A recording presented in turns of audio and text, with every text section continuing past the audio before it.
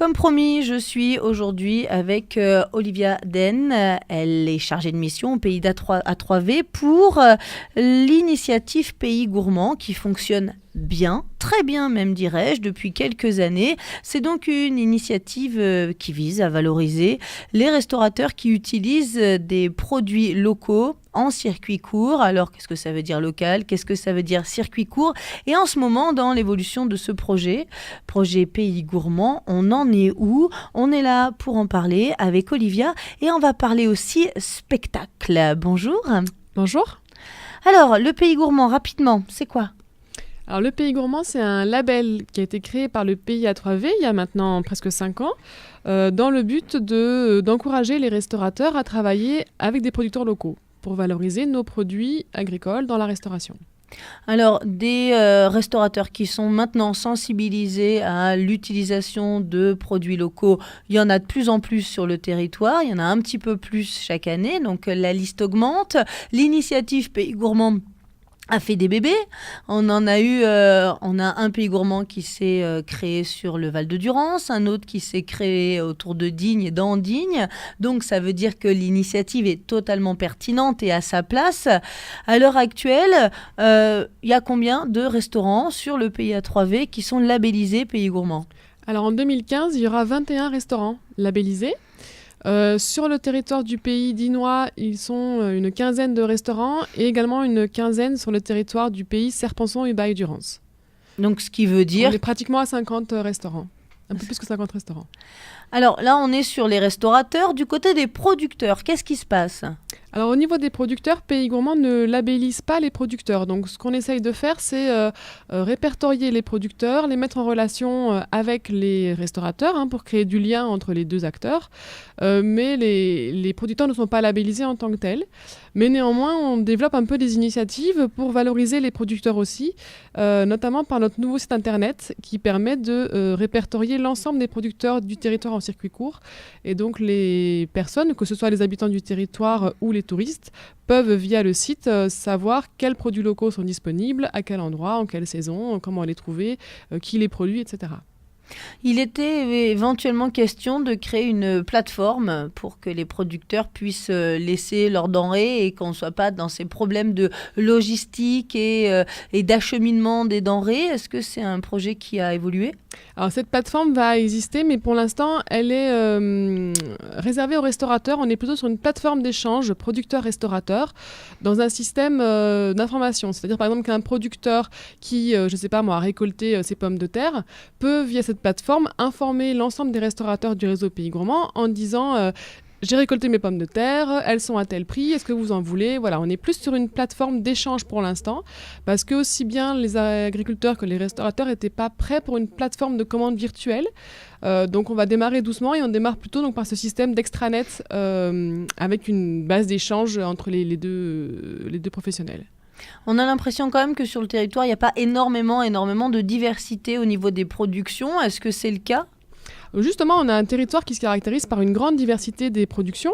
Alors, il est sûr que la moitié des agriculteurs sont de l'élevage ovin, mais sur l'autre moitié des agriculteurs, on a pratiquement tout. On a à la fois des fruits et des légumes, on a des produits laitiers, que ce soit brebis, chèvres ou vaches. On a les produits de l'oléiculture, tout ce qui est huile d'olive. On a également des producteurs de viande, que ce soit la viande d'agneau ou la viande bovine. Donc dans l'ensemble, on a quand même une grande diversité. Après, le territoire est quand même marqué par une grande saisonnalité, notamment pour tout ce qui est fruits et légumes. Bien entendu, la période d'hiver est très difficile vu le territoire de montagne. Alors là, c'est donc une présentation rapidement du Pays Gourmand. Chaque année, tu relances des événements autour de l'animation de ce projet-là. Et cette année, on commence par un partenariat avec la Agriculture Fabrique de Peiresc, l'association culturelle du pays A3V, sur une sensibilisation au manger mieux, au gaspillage, à la malbouffe. Voilà, exactement. Parce que donc Pays Gourmand, depuis 1 an et demi, 2 ans, travaille non seulement avec les restaurants privés, mais également avec les cantines scolaires maintenant. Et donc, on a voulu mettre en place un spectacle pour sensibiliser un peu les gens du territoire à cette thématique qu'est-ce qu'on mange, bien manger, ne pas gaspiller, les circuits courts. Et on a estimé avec Agriculture que la meilleure façon peut-être pour amorcer une réflexion, une sensibilisation, finalement l'art et le théâtre est un très bon moyen d'expression. Donc on propose un spectacle samedi soir à Castellane sur cette thématique bien manger, qu'est-ce qu'on mange, ne pas gaspiller, etc. Est-ce que c'est pas des sujets que l'on a déjà beaucoup abordés et qui ont tendance maintenant à agacer un petit peu le public ? Je pense pas, en tout cas peut-être qu'au niveau national, il y a beaucoup de choses qui se passent sur cette thématique-là. Après, nous, au niveau du territoire, on n'a pas encore beaucoup travaillé sur cette thématique. Puis c'est vrai que l'approche par une pièce de théâtre et l'art est quand même un système un peu original, donc ça rend la thématique plus abordable et plus agréable. Je pense qu'en plus le spectacle sera à mon avis assez rigolo, donc je pense que ça devrait alléger les choses. Alors tu disais en préambule que tu travailles maintenant à l'ouverture des cantines aux producteurs locaux. Comment ça se passe ? On en est où ? Qu'est-ce qui se passe ? Alors sur les cantines scolaires, donc on travaille principalement avec les 3 collèges du territoire, donc Anote, Castellane, Saint-André. On travaille aussi avec des écoles primaires. Le premier objectif du projet a été atteint, c'est-à-dire que ça a été de mettre en relation donc, des producteurs et des cuisiniers pour mettre en place des commandes auprès de producteurs locaux, sachant quand même que la restauration scolaire, c'est une problématique qui est assez différente des restaurants privés parce qu'on n'est pas sur les mêmes volumes, on n'est pas sur les mêmes contraintes. Donc c'est un travail qui est un petit peu différent. Mais dans l'ensemble, ça s'est bien mis en place. Maintenant, il faut développer la gamme de produits disponibles, faire avancer un petit peu les choses, mais ça va bien démarrer. Est-ce qu'il y a un problème de coût qui rentre à l'intérieur de ces contrats-là ? Alors, le coût est forcément une contrainte, mais pour démarrer le projet, on peut commencer à mettre des produits locaux dans les cantines avec les contraintes de prix qu'on a actuellement. Une fois que si le projet se développe et qu'on augmente la part des produits locaux dans l'approvisionnement des cantines, le problème du prix va revenir sur le tapis. Mais pour l'instant, on est quand même sur des systèmes de tests, d'essais, de voir un peu si ça marche. Donc, pour le démarrage du projet, le prix n'est pas une contrainte, mais ça risque de le devenir un peu plus tard. Ce qui veut dire que du côté des producteurs, il faut préalablement qu'ils soient en mesure de dire nous, on va avoir ce produit-là qui va être disponible en telle quantité à telle période ? Oui. Ça fait partie des choses sur lesquelles on travaille.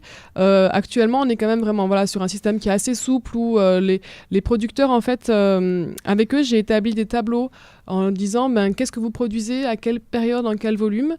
Et ces tableaux, je les ai ensuite fournis aux cuisiniers, de manière à ce que les cuisiniers sachent facilement, en fonction des saisons, qu'est-ce qu'ils peuvent trouver comme produit. Et ça permet de faciliter le travail des deux, quoi. Et au niveau de la logistique, pour les transports, c'est les producteurs qui s'en chargent ? Oui, donc c'est ça. Pour l'instant, comme le projet est en démarrage, on a cherché des producteurs qui sont dans une zone géographique très proche des cantines ou par exemple des producteurs qui ont des enfants au collège. Ce qui fait que, bien entendu, les trajets, ils les font déjà pour leurs enfants. Donc des livraisons, c'est pas un problème. Parce que rajouter un coût de livraison rend le prix à ce moment-là complètement inabordable. Mais on travaille également, donc, d'une part, comme ça, avec des producteurs proches des cantines. Mais on a également travaillé avec un producteur de Solonais en yaourt fermier et on a réussi à grouper les commandes des 3 collèges de manière à ce que la tournée soit rentable pour le producteur. Donc en fait, aussi en travaillant de manière concertée et en mettant tout le monde d'accord ensemble pour une commande au même moment, ça permet de rentabiliser une tournée et donc ça marche déjà pour les yaourts fermiers.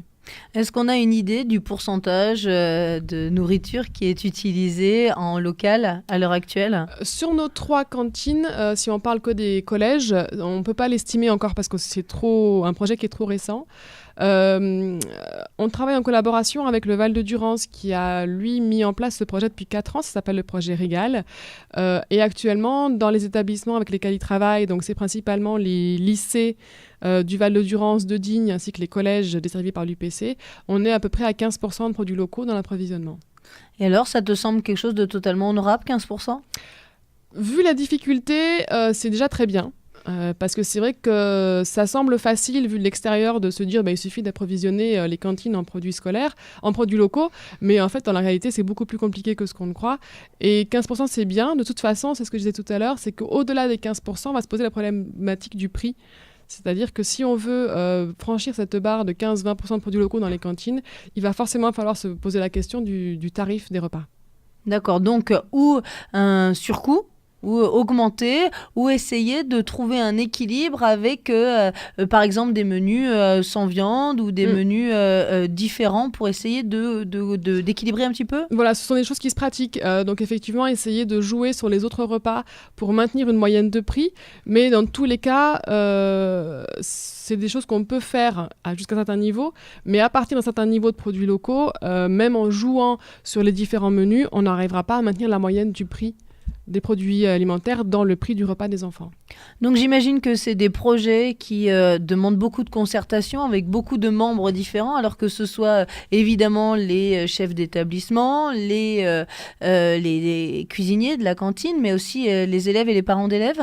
Oui, c'est un projet qui touche pratiquement tout le monde et qui nécessite une volonté collective d'aller de l'avant.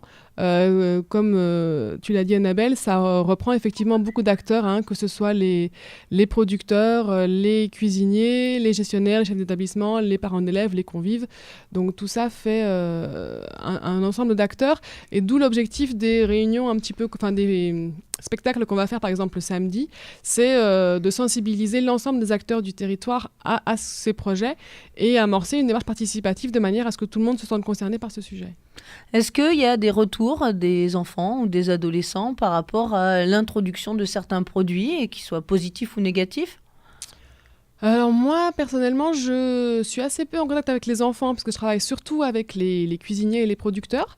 Donc j'ai pas eu vraiment de retour de la part des élèves. Après, je sais que les cuisiniers m'ont dit que la plupart des produits qu'ils avaient introduits avaient reçu un bon accueil de la part des enfants. D'accord. Et suite là à la diffusion du spectacle, qui parle quand même entre autres du gaspillage et de sa façon de consommer, est-ce qu'il va y avoir une politique de non-gaspillage derrière, ou quelque chose de mis en place derrière cette prise de conscience-là ?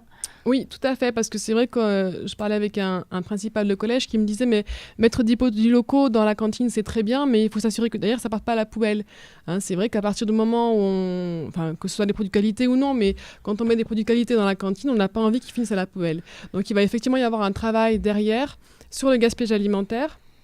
Donc, un premier projet qui va avoir le jour là rapidement, c'est des élèves du Conseil général jeunes qui ont réalisé des serviettes avec des messages imprimés dessus pour sensibiliser les convives à ne pas gaspiller. Et en 2015-2016, le pays A3V a répondu à un appel à projet pour travailler sur cette thématique. Donc, on ne sait pas encore si on est retenu pour mener ce projet à bien, mais si on a été retenu par le ministère, on pourra faire un travail avec les collèges sur le gaspillage l'année scolaire prochaine. Alors, ce qui veut dire, si on sensibilise les enfants au non-gaspillage alimentaire, certes, il y a vous finissez votre assiette, ça c'est le truc, c'est très très simple à mettre en place, mais est-ce que, comme la plupart, c'est des selfs dans les collèges, est-ce qu'il y aurait moyen, est-ce que les enfants disent ça je veux pas, un peu plus, un peu moins, histoire d'adapter leur consommation à ce qu'il y a dans leur assiette ? Oui, alors le gaspillage, effectivement, c'est quelque chose qui concerne vraiment toutes les étapes de la production des repas, et pas uniquement ce que mange l'enfant dans son assiette.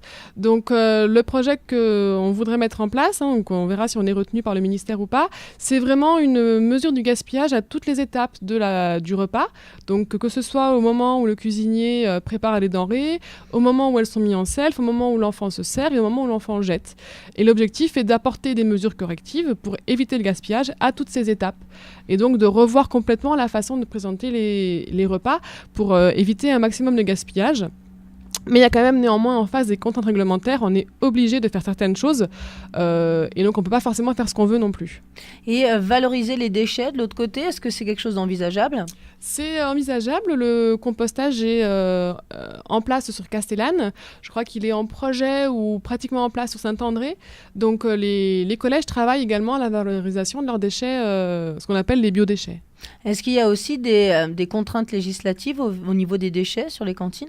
Oui, notamment j'avais des producteurs qui étaient intéressés par récupérer les déchets alimentaires pour oui. les valoriser auprès des cochons par exemple, mais ils se sont heurtés à des difficultés auprès de la DSV, donc le service vétérinaire. Donc après il y a moyen de trouver des solutions, mais c'est vrai qu'il y a des contraintes réglementaires qui font effectivement qu'on ne fait pas ce qu'on veut.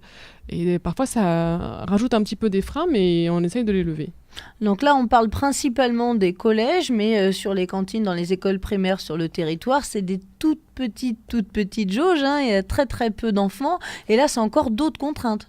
Oui, c'est encore différent. Alors, ne serait-ce que déjà que pour l'approvisionnement en produits locaux, les volumes sont très faibles, donc c'est encore plus difficile de rentabiliser une livraison ou une tournée.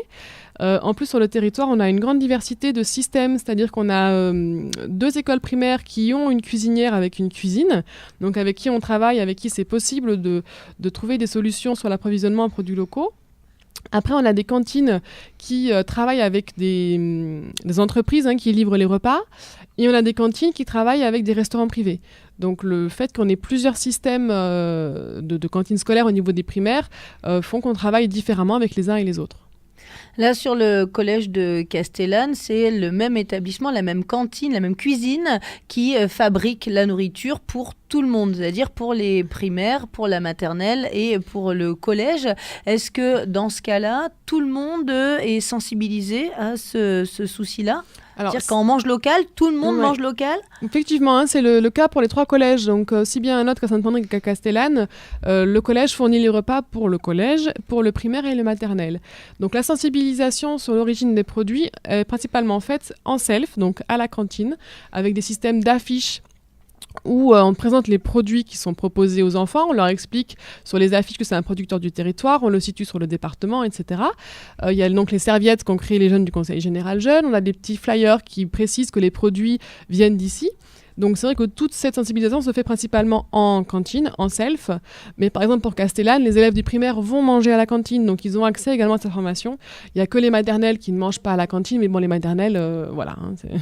C'est un petit, on a un petit peu plus le temps. Ceux qui ne savent pas lire, voilà. C'est plus compliqué de communiquer par des affiches.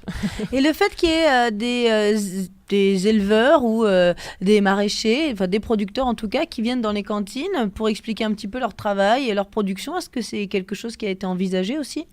Alors, c'est déjà fait par Agribio 04 lorsqu'ils proposent des menus bio. Donc, ils ont effectivement des producteurs qui viennent en cantine. Nous, pour l'instant, au niveau du travail qu'on fait, on ne l'a pas encore mis en place.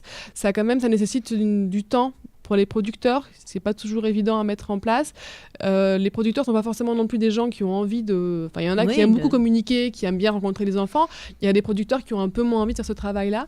Donc, pour l'instant, c'est pas forcément prévu. Dans le projet dont tu parlais tout à l'heure avec l'UPC, il y avait également la possibilité pour les cuisiniers, les chefs des cantines, d'aller chez les producteurs pour voir un petit peu comment on pouvait valoriser leurs produits.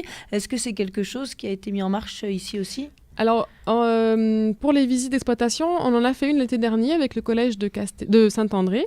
Donc, toute l'équipe de cuisine est allée visiter l'exploitation d'une maraîchère, ce qui leur a permis de se rendre compte des contraintes du métier. Et là, pour Castellane, c'est programmé. Là, pour cet été, on va essayer d'aller visiter une exploitation tous ensemble. D'accord, donc c'est la visite de l'exploitation et pas forcément les différents moyens de valoriser la production qui est faite sur cette exploitation. Donc au niveau des produits locaux, donc il y a à la fois effectivement des visites de ferme qui permettent à chacun de se rendre compte du métier qu'est l'agriculture, mais on a également proposé une formation notamment sur le petit épeautre, puisque c'est une céréale assez emblématique de la Provence. On a un producteur qui est situé à Lambruis en petit épeautre, et donc on a fait une journée en cuisine avec ce producteur, avec également les 3 ou 4 cuisiniers du territoire, et on a préparé ensemble ce petit épeautre. On a vu les différentes façons de le cuisiner, également la façon de le présenter pour que les enfants l'acceptent et aient envie de le manger. Donc c'est vrai que l'approche est assez globale, c'est-à-dire qu'à la fois on travaille sur quels produits sont disponibles, quelles sont les contraintes de ce produit et comment ensuite on peut le présenter aux enfants.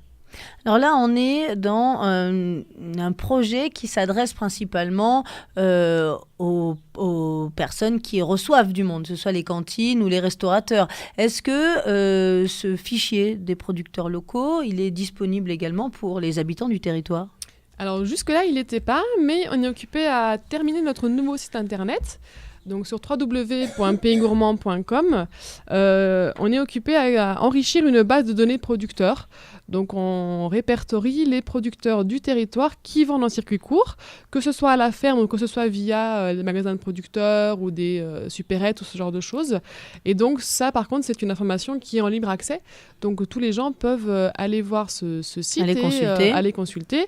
Il y a également moyen de géolocaliser les producteurs. Donc on peut regarder par rapport à chez soi quels sont les producteurs aux alentours, qui vend quoi et comment accéder aux produits.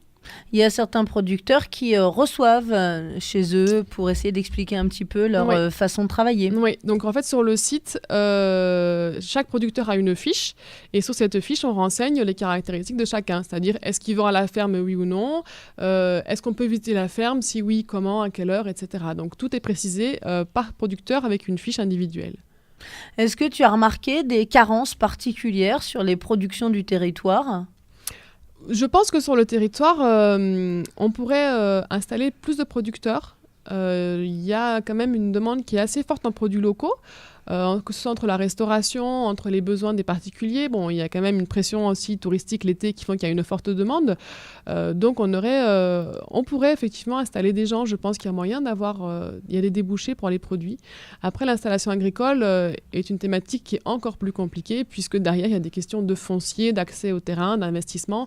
Donc là, on est sur une problématique qui est vraiment encore plus large. Oui, non, mais ça permet des fois, quand on est à l'intérieur, d'avoir un regard sur l'ensemble des producteurs d'un territoire et voir un petit peu ce qui est encore possible ou si ça sature au niveau des producteurs. Oui, non, il y a encore de la possibilité de production et d'installation. Alors, au niveau des événements organisés par le Pays Gourmand, on parlait de la Clé des Champs, le spectacle que l'on va pouvoir retrouver samedi à Castellane. Et après, c'est sur les pistes de ski que l'on va te retrouver. Voilà, donc après le spectacle de samedi, donc à Castellane à 20h30, ce sera le week-end du Délice Glisse. Donc qui cette année se fait donc toujours au Cénus, mais par contre se fait sur le samedi et le dimanche, donc sur 2 jours. Donc c'est le 28 et le 29 mars, en espérant qu'il reste de la neige. Donc le 28 mars, c'est le samedi après-midi, il y a des dégustations de produits sucrés avec un goûter dans le village d'Alos, au niveau du lavoir.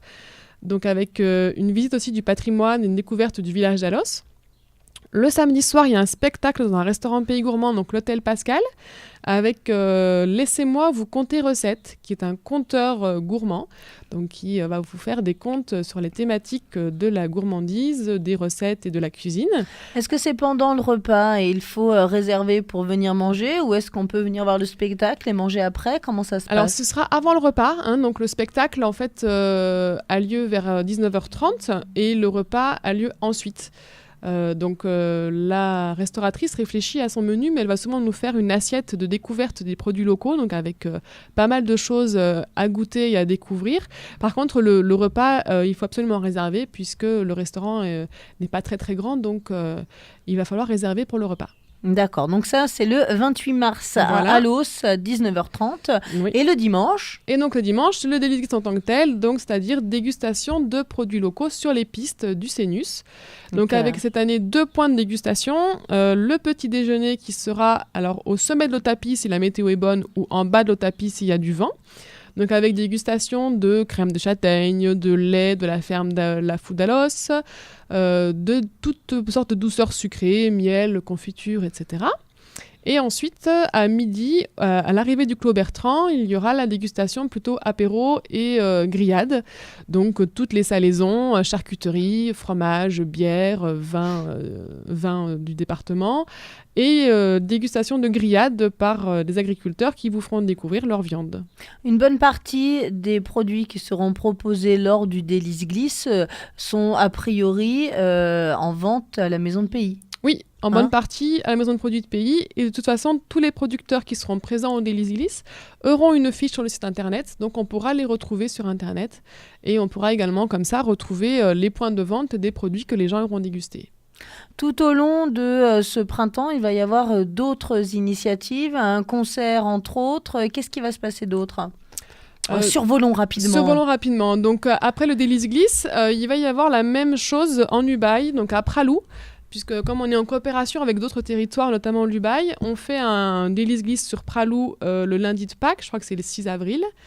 Et ensuite, le 11 avril, il y aura un concert au Pidanou Donc un concert du groupe Neo qui est de la musique d'inspiration irlandaise. Donc l'année dernière, on avait fait un concert de jazz. Là, on repart sur le même principe. Donc avec un repas de produits locaux et un concert qui suivra le repas au Pidanou. Bon, on en reparlera en temps et en heure. En attendant, eh bien, si vous avez des enfants qui sont scolarisés dans les collèges du territoire, vous allez avoir, on espère, des retours avec des petites serviettes qui vont être à leur disposition prochainement. Et on aura même la chance, dans le cadre de ce projet-là, de rencontrer les enfants du CG Jeunes, du Conseil Général des Jeunes, qui ont qui ont inventé ce concept de message sur des serviettes. Merci beaucoup, Olivia.